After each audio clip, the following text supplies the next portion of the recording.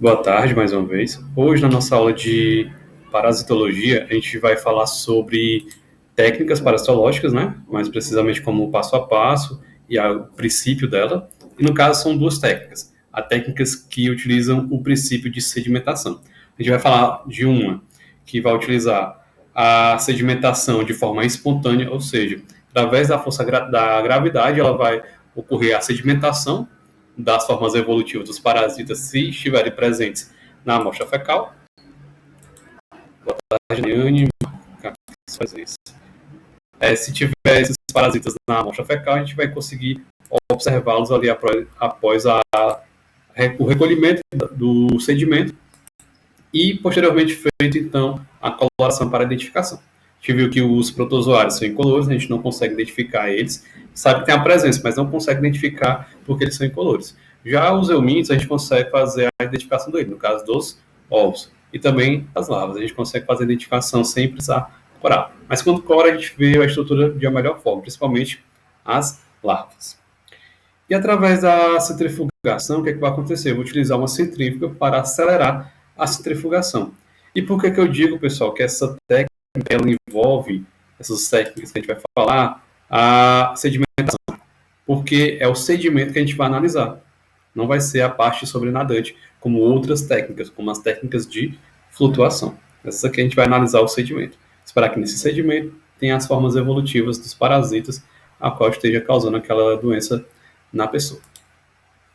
Essas técnicas, pessoal, elas figuram entre os principais procedimentos na parasitologia, na rotina, que é uma técnica bem simples, no caso aqui que a gente vai falar da sedimentação espontânea.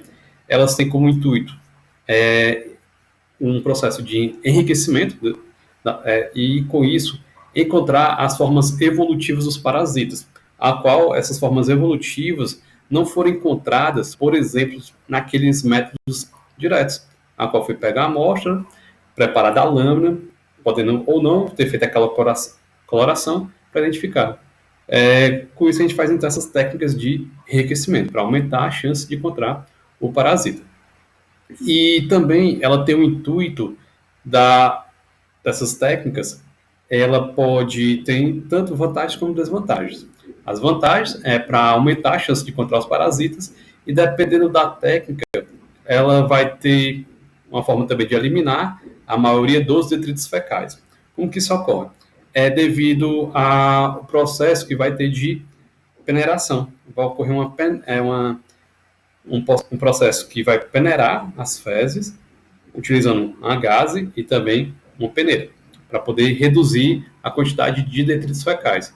Outra desvantagem, no caso, por exemplo, a técnica de Hoffman, que a gente vai falar, é que pode ocorrer a presença de muita sujidade, decorrência da própria alimentação, que isso pode dificultar a visualização das formas evolutivas dos parasitas.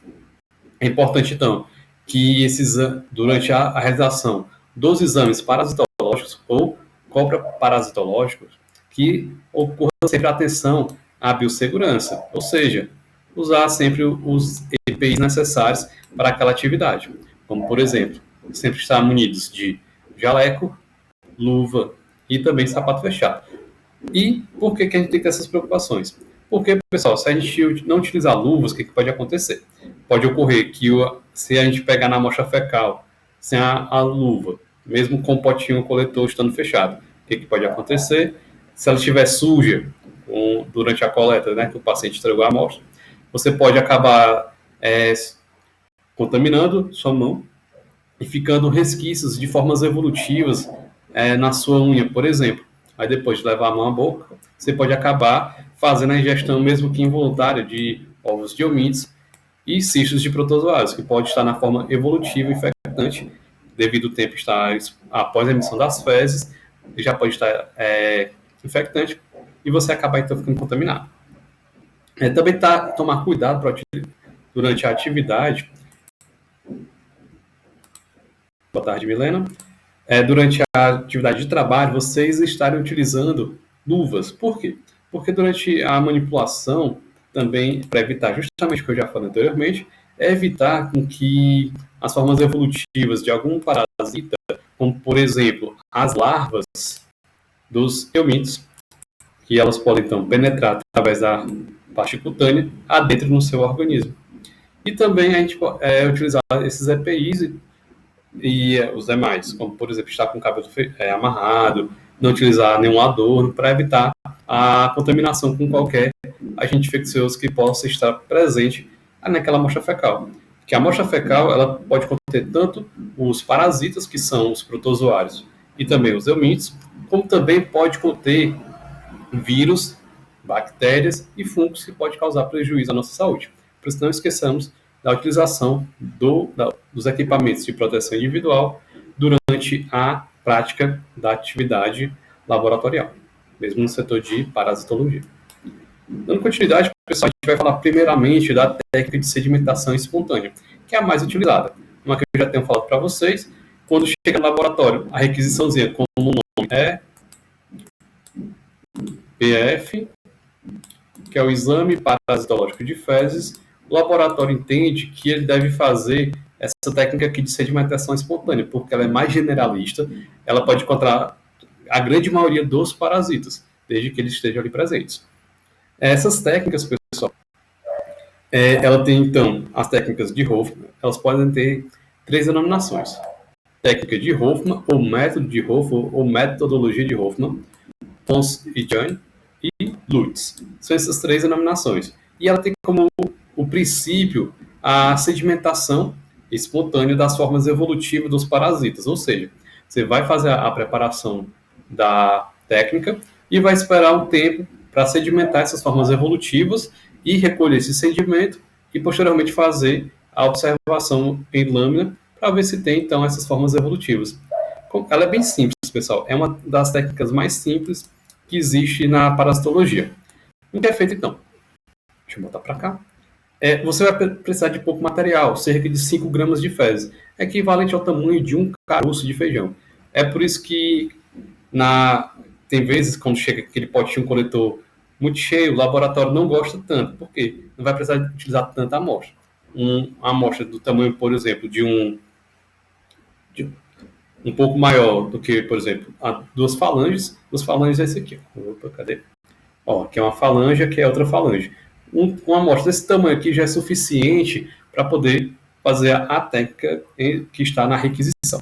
A gente vai precisar, então, da amostra de 2 a 5 gramas de fezes e vai fazer o quê? Vai fazer um homogeneizado, que seria isso. A gente vai pegar essas fezes do potinho coletor, colocar em outro pote, homogeneizar com água, depois a gente vai fazer um processo de filtragem, utilizando gás, e esperar um tempo para ocorrer a sedimentação. Aqui isso aqui é a vidraria que a gente utiliza para fazer essa técnica. Essa técnica, pessoal, ela tem uma vantagem porque ela é bem simples de ser realizada, precisa de pouco equipamento para a sua realização. Só que a desvantagem dela é porque ela é um pouco demorada. Porque para poder fazer a análise do sedimento, no mínimo de 2 horas. Já tem outras metodologias que laboratórios que eles trocam, né? Eles acabam, então, aperfeiçoando. Tem vezes que acontece? Após 2 horas, eles jogam fora esse sobrenadante. Sobrenadante é aquilo que está acima do sedimento. O sedimento é essa parte aqui mais escura. Eles jogam fora esse sobrenadante aqui sem remover o sedimento. Depois, colocam novamente água e espera mais 2 horas para poder fazer a análise. Para que isso? Para deixar a amostra mais limpa, para tirar algum detrito alimentar que possa estar ali presente e dificultar a visualização das formas evolutivas que possam estar presentes na amostra fecal. Deixa eu ver se tem certo. Então, quais são os materiais necessários para a realização dessa técnica? Deixa eu falar de alguns, como, por exemplo, o cálice de Hoffman. Esse aqui, que é o cálice de Hoffman, ele é utilizado. De preferência, esses que tem essa parte aqui, nesse formato, para fazer com que haja uma sedimentação melhor e, consequentemente, os parasitas se concentrem mais em um funil. E assim fica melhor durante a coleta do material, encontrar as formas evolutivas. A gente vai precisar também, pessoal, nessa técnica, uma gase. Essa gase ela pode ser utilizada dobrada em 2 vezes ou em 4. Deixa eu ver aqui que a menina falou, a Ana Micai. Por isso que nós temos futuros profissionais, devemos informar. Tá certo. Também, pessoal, outra coisa que a gente precisa, né, para essa técnica, uma peneira, de preferência uma peneira metálica, por quê? Porque a gente vai entrar em contato, essa peneira vai entrar em contato com a amostra biológica. E se a gente for uma peneira, por exemplo, de plástico, se a gente for fazer o processo de esterilização na autoclave, o que pode acontecer? Ela é de plástico, ela vai se desmanchar. Então não é interessante ser uma peneira de plástico, e sim uma metálica que resista ao processo de esterilização. A gente vai também precisar, deixa eu tirar aqui, vai precisar dessa outra vidraria aqui, que é o bastão de vidro. O bastão de vidro ele é utilizado para fazer a homogeneização da amostra fecal durante o processo inicial, antes da realização da técnica. A gente vai precisar também desse frasco aqui de Borel. Esse frasco aqui ele é utilizado para poder fazer a homogeneização da amostra fecal. Também a gente vai precisar de uma lâmina para poder fazer a análise e lamínula também, para colocar em cima da amostra. A gente vai precisar de uma pipeta Pasteur para recolher o sedimento e vai precisar do Lugol para poder fazer a coloração da amostra. E como que é então esse passo a passo da técnica, pessoal? A metodologia é bem simples de ser realizada. Vamos lá, o passo a passo dela. O primeiro passo é o quê? Pegar um pouco da amostra fecal, utilizando o bastão de vidro. Oi, vai falar. Certo. O slide anterior?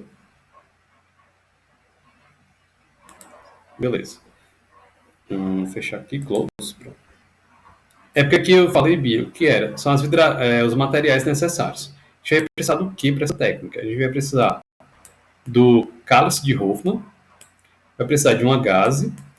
Essa gaze pode ser utilizada dobrada em 2 vezes ou em 4, depende muito do tamanho dela. A gente vai precisar de uma peneira. Por que a gente vai precisar da peneira? Porque a gente vai pegar essa gaze e colocar aqui dentro. Para quê? Para reter a maior quantidade de partículas que possam estar nas fezes. Isso vai deixar a minha amostra com menos detritos, com menos interferentes, que eu já mostrei para vocês. Pode ter interferentes que vão ficar retidos aqui, ó, na malha da gaze, como também aqui na malha da peneira. E por que a peneira tem que ser preferencialmente metálica? Para poder ela poder ser esterilizada. Porque se ela for de plástico, ela vai derreter durante o processo de esterilização.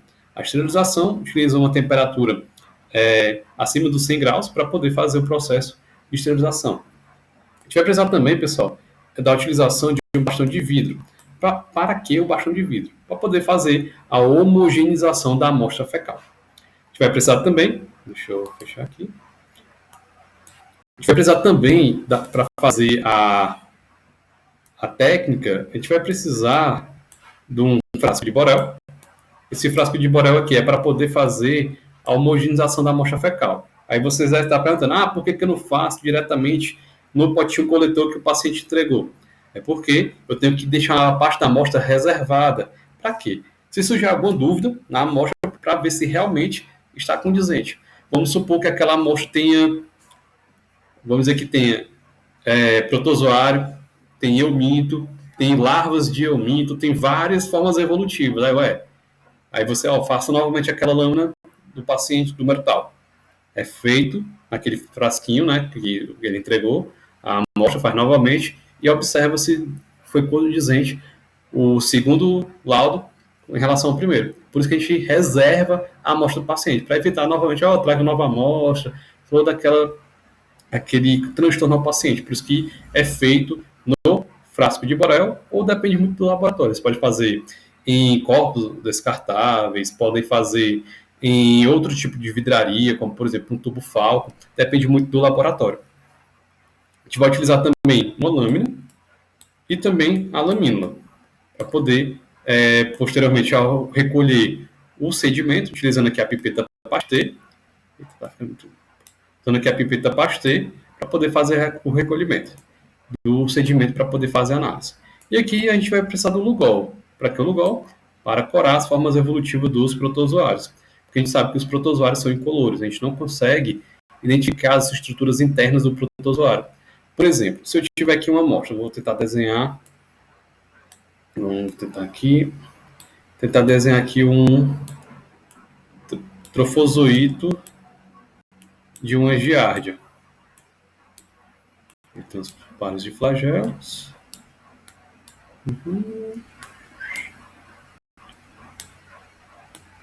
Aí suponhamos que eu estou aqui observando essa estrutura, um ser vivo se locomovendo. Eu não vou saber que protozoário é, porque ele é incolor. Eu só vou observar que está se movimentando. Para poder fazer, então, a identificação dele, eu vou precisar da coloração com o Lugol. Eu consigo identificar. Do mesmo jeito que os cistos. Os cistos dos protozoários são muito pequenos e as estruturas internas são incolores. Eu não vou conseguir identificar também. Por isso que eu necessito da coloração.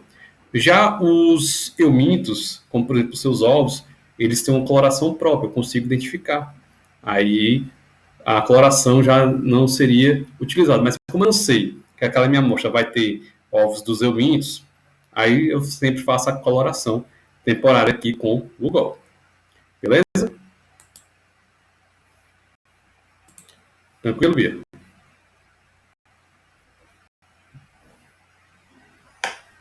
Beleza.